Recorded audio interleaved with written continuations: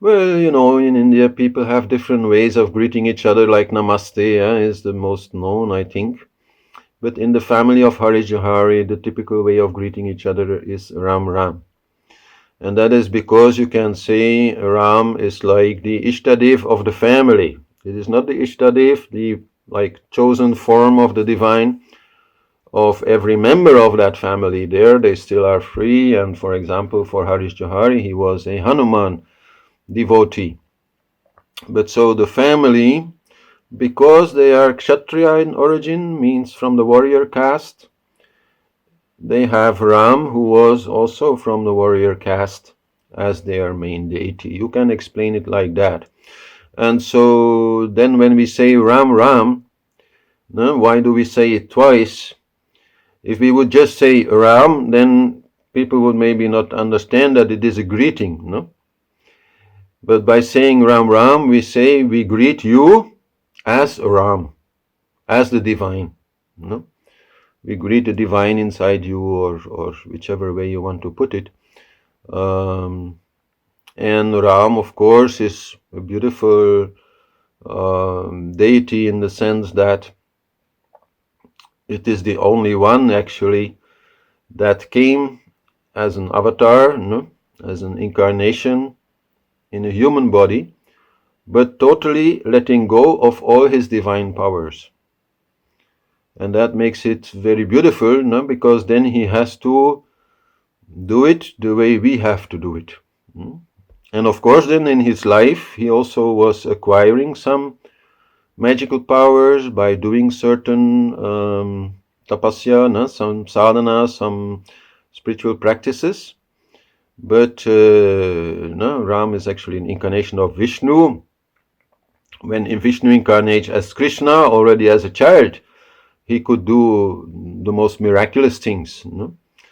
But not as Ram. So Ram comes to show us what is like the perfect human being, living in harmony with others. No? Dharma, harmony, is the main subject actually that Ram is teaching us.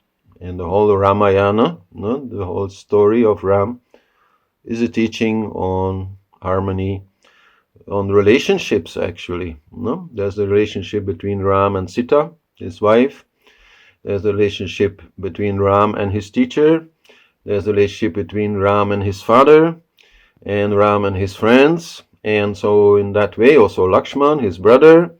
And so in that way actually throughout Ramayana we learn so much about how human relationships work, what are the problems there, but also how can we deal with it. So it's a beautiful, somewhat you can say sociological kind of study, how we can bring out the divine in our relationships.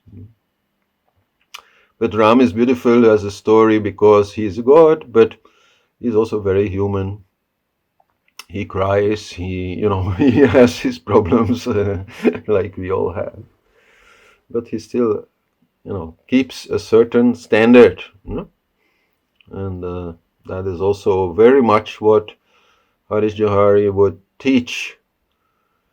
Harish Johari was teaching householder yoga. So then relationships are very important. And to be morally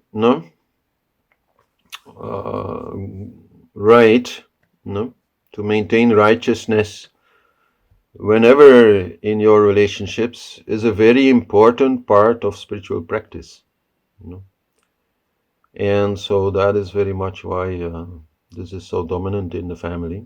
And still they do that. Whenever I go there, it's Ram Ram here, Ram Ram there. So among the students then of Harish Johari, that also became the habit. And so I still have that habit. Yeah. But it's just a habit. Like you can say Hari Aum, that is also Vishnu, so many ways are there.